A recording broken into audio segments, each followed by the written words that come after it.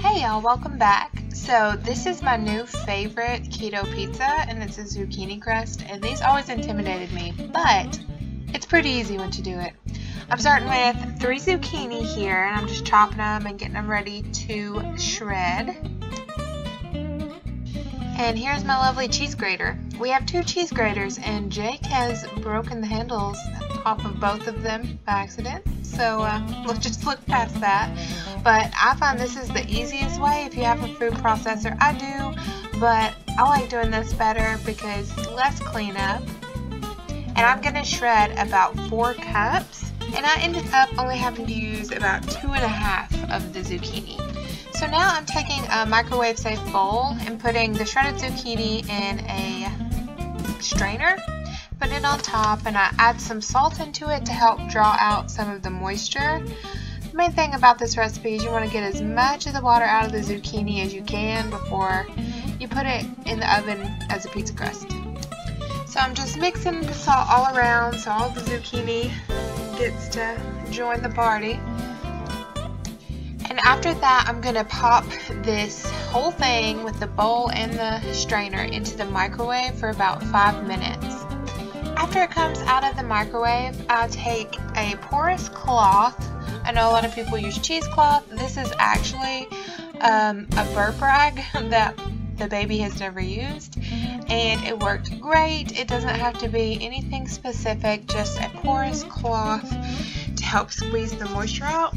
And I do this, I put the zucchini in there and I pop it in the freezer for a couple minutes because it's so hot when it comes out that it will feel like molten lava, so just be safe. And here you can see that a lot of the liquid did already come out when we cooked it in the microwave, but we still gotta squeeze it and get as much out as we can. And here we go with squeezing. I found that the easiest way is to kind of wring it out a little bit at first and then squeeze downward and then wring out more. Kind of make the water go downwards and then wring it out, if that makes any sense, but just get as much of the water out as you can.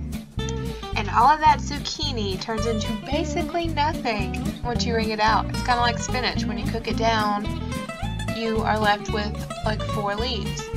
Now add in about 1/4 cup of grated Parmesan, 1/8 cup of almond flour, 1/2 cup of mozzarella cheese. I am doing 2/4 because I had my 1/4 cup measure already out. And since I'm doing a traditional style pizza, I did some parsley, garlic powder, and Italian seasonings. And the last thing, just add in 1 egg. Now we're just going to mix everything really well.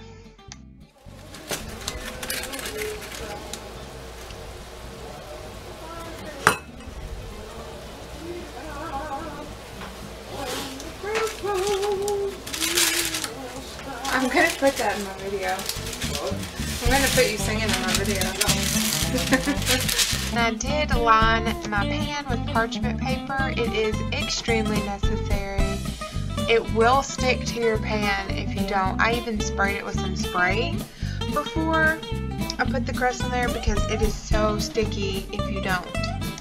So now I'm just going to scoop it out, and you can put it between 2 pieces of parchment paper and roll it out if you want, but the easiest way for me is to just mash it out with my hands. And I did dip my hands in some water before I did that so it wouldn't stick. It really wasn't, I don't think it was necessary, but I did it anyway.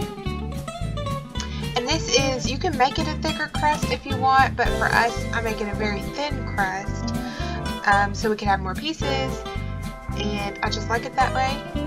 And after you get it ready, you're going to put it in the oven at 450 for about 15 minutes.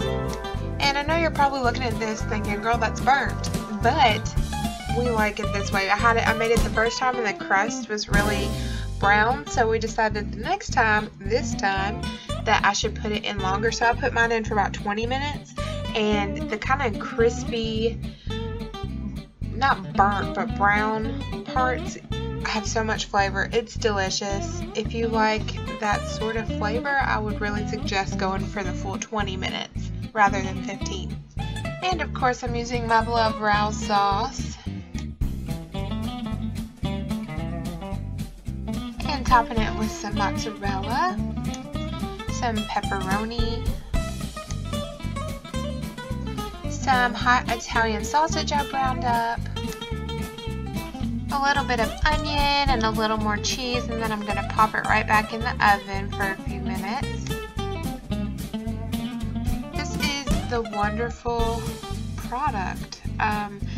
This pizza, the whole crust, has about 700 calories less than a FatHead crust, and it still has cheese, but it has a lot less cheese in the crust.